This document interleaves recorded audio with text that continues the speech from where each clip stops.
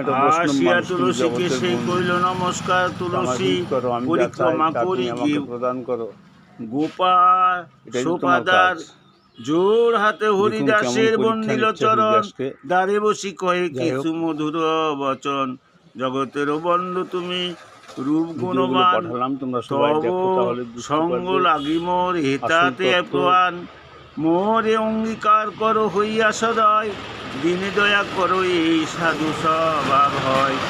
এত বলি নানা ভাব করো এই প্রকাশ, যাহার দর্শনে মনির হয় ধৈর্য নাশ। নির্বিকার হরিদাস গম্ভীর আশয়, বলিতে লাগিল তারে হইয়া সদয়। সংখ্যা নাম সংকীর্তন এই মহাযজ্ঞ নামে, তাহাতে দীক্ষিত আমি হই প্রতিদিনে।